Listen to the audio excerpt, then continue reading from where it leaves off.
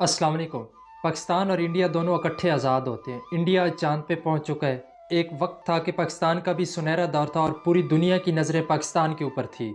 पूरी दुनिया की जो स्पेस रेस की कहानी है वो 1957 से शुरू होती है। पाकिस्तान इस रेस में 1961 Sparco space and upper atmosphere research commission के नाम से कदम रखता है। इंडिया इस रेस में ISRO Indian space research organisation 1969 में कदम रखता है। 1962 में पाकिस्तान अपना पहला रॉकेट रेबर 1 लॉन्च करता है और उस वक्त पाकिस्तान एशिया में तीसरे, साउथ एशिया में पहले और पूरी दुनिया में 10वें नंबर का मुल्क बन जाता है। स्पार्को के उस वक्त के डायरेक्टर डॉक्टर अब्दुल सलाम थे, जो कि एक विनिंग नोबेल प्राइज साइंटिस्ट थे।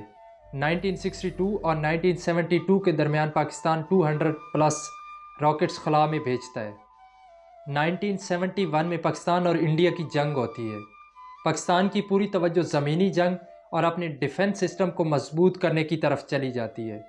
उस वक्त के वज़ीर आज़म जुल्फ़िकार अली भुट्टो ने स्पार्को के बहुत से साइंटिस्ट को स्पार्को से निकाल कर KRL और PAEC Pakistan atomic energy commission में ट्रांसफ़र कर दिए ताकि एटम बम के ऊपर काम हो सके। स्पार्को के जितने भी प्रोजेक्ट थे वो रोक दिए गए। फिर दोबारा 1979 में डॉक्टर सलीम महमूद की सरबराही में काम शुरू होता है और बदर 1 को लॉन्च किया जाता है चाइना की स्पेस एजेंसी की मदद से। फिर बदर 2 को बनाया जाता है। इसके बाद भी स्पार्को स्पेस रिसर्च प्रोजेक्ट जारी रहते हैं, लेकिन फंड्स ना होने की वजह से, साइंटिस्ट ना होने की वजह से और गवर्नमेंट का इंटरेस्ट ना होने की वजह से स्पार्को कोई ख़ास कामयाबी हासिल ना कर सकी, जिस वजह से पूरी दुनिया की जो स्पेस रेस थी पाकिस्तान उससे बाहर हो गया।